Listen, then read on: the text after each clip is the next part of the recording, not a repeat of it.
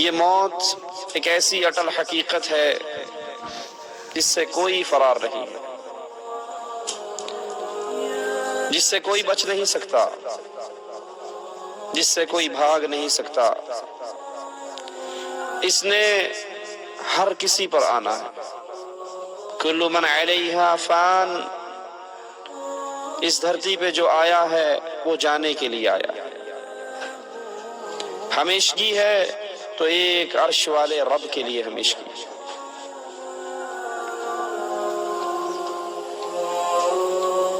اس موت کا جو وقت مقرر ہے اس سے ایک لمحہ آگے اور پیچھے نہیں ہو سکتا۔ وَلَن يُؤَخِّرَ اللَّهُ نَفْسًا إِذَا جَاءَ أَجَلُهَا، جب وقت آ جائے انسان کتنی ہی منتیں کر لے وہ ٹلا نہیں کرتا۔ اگر ہمیشگی کسی کو ہوتی اس دھرتی کے اوپر تو امام اعظم قائد اعظم محمد الرسول اللہ صلی اللہ علیہ وسلم کی قبر کبھی مدینے میں نہ بنتی۔ جب نبی نہ رہے اور وہ کون سا مائی کا لال ہے، اور وہ کون سی ذات ہے، اور وہ کون سی ہستی ہے، اور وہ کون سا انسان ہے جو اس موت سے بچ سکتا ہے؟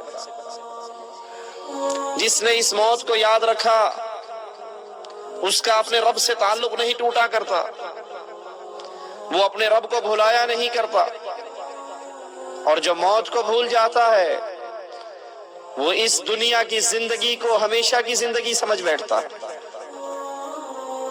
اسی لیے رسول اللہ صلی اللہ علیہ وسلم نے فرمایا تھا لا تتمنوا الموت، کبھی اللہ سے، اللہ کے بندو موت کا سوال نہ کرنا، موت نہ مانگنا۔ ہم تنگ آ جاتے ہیں تو کہہ دیتے ہیں نا اس زندگی سے مر جانا ہی بہتر ہے، مر جائیں گے تو جان چھوٹے گی، یہ بھی کوئی زندگی ہے؟ کبھی اللہ سے موت نہ مانگیے۔ کیوں؟ کیونکہ موت کے بعد کا جو جہان ہے وہ ہماری برداشت سے باہر ہے۔ رسول اللہ صلی اللہ علیہ وسلم فرماتے ہیں لو انکم تعلمون ما اعلم،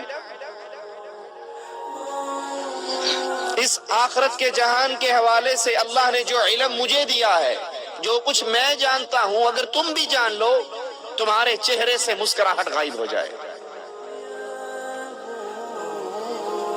رسول اللہ صلی اللہ علیہ وسلم فرماتے ہیں دل میں یہ گمان ہوا، یہ خواہش ہوئی میں اللہ سے دعا کروں اللہ تمہیں قبر کے عذاب کی ایک جھلک دکھا دے، صرف ایک جھلک۔ پھر یہ سوچ کر رک گیا کہ اگر آدم کے بیٹے نے قبر کے عذاب کی ایک جھلک دیکھ لی اپنے کسی مردے کو زمین میں دفن نہیں کرے گا۔ یہ قبر میری اور آپ کی کھلی ہے، ہر ڈوبتا ہوا سورج مجھے اور آپ کو اس قبر کے قریب کر رہا ہے، اور یہ اتنی شدید ہے، یہ اتنی وحشتناک ہے، یہ اتنی خطرناک ہے۔ رسول اللہ صلی اللہ علیہ وسلم ایک جنازے کو لے کر چلے، قبر پہ بیٹھے، اتنا روئے اتنا روئے، آپ کی داڑھی مبارک آنسوؤں سے تر ہو گئی، اور کہا ہے میرے صحابہ لِمِثْلِ هَذَا فَأَعِدُّوا، اس قبر کے لیے کچھ تیاری کر لو، اس قبر کے لیے تیاری کر لو، جس قبر سے کوئی نہیں بچ سکتا، جس موت سے کوئی نہیں بھاگ سکتا۔ سوچئے ذرا 30 سال 40 سال ہماری عمریں گزر گئی، ہم نے اس کے لیے کیا تیاری کی؟ جس کے لیے رسول اللہ صلی اللہ علیہ وسلم ایک عجیب تصویر کھینچ رہے ہیں۔ اللہ کے نبی فرماتے ہیں جب انسان کی لاش، انسان کی میت قبر کی طرف چلتی ہے، چلنی ہے نا میری اور آپ کی لاشیں بھی قبر کی طرف۔ آج غیروں کی لاشوں کو کندھا دیتے ہو، کل کوئی تمہاری لاش کو کندھا دے گا۔ آج تم کسی کو غسل دیتے ہو، کل کوئی تمہیں غسل دے گا۔ آج کسی کے یتیم بچوں کے سر پہ ہاتھ رکھ کے اس کو چپ کراتے ہو، کل کوئی تمہارے یتیموں کو چپ کرائے گا۔ آج کسی کے جنازے کے ساتھ چل کر جاتے ہو، کل کوئی تمہارے جنازے کے ساتھ چل کر جائے گا۔ یہ زندگی ہمیشہ کی زندگی نہیں۔ کامیاب ہے وہ جس نے اس قبر کو یاد رکھا۔ یہ کمرہ جس کو آپ نے اور میں نے سجا رکھا ہے، جس میں لائٹنگ ہے، جس میں اے سی ہے، جس میں فریج ہے، جس میں قالین ہے، جس میں صوفہ سیٹ ہے، یہ میرا اور آپ کا نہیں ہے، یہ تو وارثوں کا ہے، یہ تو پچھلوں کا ہے۔ آپ کا اور میرا کمرہ تو یہ قبر ہے۔ اے اپنے کمرے کو سجانے والے، کیا تیری قبر میں روشنی ہو گئی؟ اپنے کمرے کو اے سی کی ٹھنڈی ہواؤں سے مزین کر۔ مهرجان التسوق المفضل لديك بدأ في ترنجول. راح تحصل كل اللي تحتاجه مع أحدث الصيحات من ماركات عالمية ومحلية. تفضل. کرنے والے، کیا قبر کے اندر ٹھنڈی ہوا کا انتظام ہو گیا؟ اللہ کے نبی فرماتے ہیں انسان کی میت قبر کی طرف چلتی ہے، تین چیزیں اس کے پیچھے چلتی ہیں: مالہ، اہلہ وعملہ۔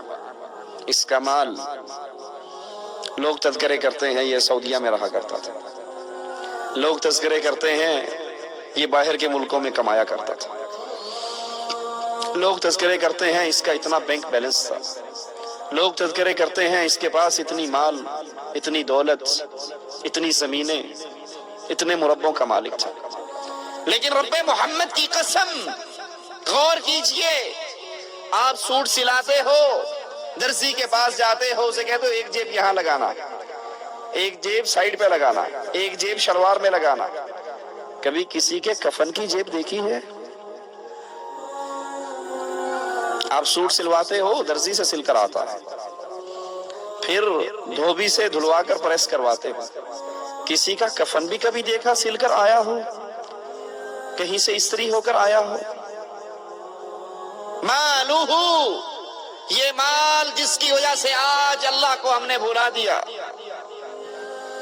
نہ نماز پڑھنے کا ٹائم ہے، نہ قرآن ترجمے سے پڑھنے کا ٹائم ہے، نہ اللہ کو یاد کرنے کا وقت ہے۔ مال مال مال، صبح اٹھتے ہیں، رات کو سوتے ہیں، 24 گھنٹوں کی فکر کیا ہے؟ 10,000 سے 20,000 کیسے؟ ایک 100 روپے کی انگوٹھی آپ نے اپنی انگلی میں پہنی ہے، واللہ مرنے کے بعد یہ انگوٹھی بھی کوئی قبر میں نہیں جانے دے گا، یہ مال چھین لیا جائے گا۔ جس مال کو کمانے کے لیے کبھی جھوٹ بولا، کبھی لوگوں کا قرض دبایا، کبھی بہنوں کا حق مارا، کبھی کچھ کیا، کبھی کوئی پاپڑ بیلا، جس مال کے لیے اللہ کو ناراض کیا، کبھی بینک میں سود پر پیسے لیے، کبھی بیاج پر لوگوں کو دیا، آج یہ مال مجھے قبر کے اندر تنہا چھوڑ کر واپس جا رہا ہے۔ اہلہ، اہل و عیال، یہ بھی ساتھ نہ رہیں گے۔ کسی کی ماں، کسی کا باپ، کسی کا بھائی، کسی کی بیوی، کسی کا عزیز، کسی کا دوست اس کی قبر میں نہیں اترے گا۔ جتنی محبت کرنے والے ہوں گے وہ سب سے پہلے قبر میں ڈال کے ہاتھوں سے مٹی ڈالیں گے۔ یرجع اثنان، دو چیزیں واپس آئیں گی، ایک مال اور ایک اہل و عیال۔ آج اللہ سے ناراضگی کا ایک سبب یہ بھی ہے، اللہ سے دوری کا ایک سبب یہ اہل و عیال، یہ اصدقاء، یہ دوست۔ جانتے ہیں فلم دیکھنی حرام ہے، لیکن دوست کہتا ہے کوئی بات نہیں، آج تو جمعرات ہے، میں کرائے پر VCR لے کر آیا ہوں، آؤ بیٹھ کر انڈین نئی فلم آئی ہے وہ دیکھتے ہیں۔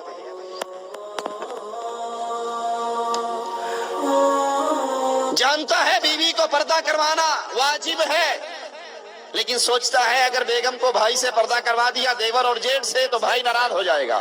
کوئی بات نہیں، اللہ رسول کو سائیڈ پہ رہنے دو، ماحول کے مطابق چلا کرتے ہیں۔ اہل و عیال کو راضی رکھتے ہیں۔ بیگم فون کرتی ہے واپس آ رہے ہو تو آتے ہوئے ایک بڑے سائز کا کلر ٹیلی ویژن سی ڈی پلیئر لانا نہ بھولنا، کیونکہ گھر کے اندر کیبل عام ہو گئی ہے اور ہمارے گھر کے اندر وہی پرانا black and white T V چلتا ہے۔ جو کسی نے کہا دوستوں کو راضی رکھا، بیگم کو راضی رکھا، ماحول اور معاشرے کو راضی رکھا، برادری اور بھائیوں کو راضی رکھا، ایک اللہ کی رضا کی فکر نہیں کی، اللہ کی قسم یہ مال بھی چھوڑ کر چلا گیا، یہ اہل و عیال بھی چھوڑ کر چلا گیا۔ یبقا واحد، ایک چیز ایسی ہے جس نے مجھے اور آپ کو قبر میں کبھی اکیلا نہیں چھوڑا، اور وہ کیا ہے؟ آپ کے اور میرے عمل۔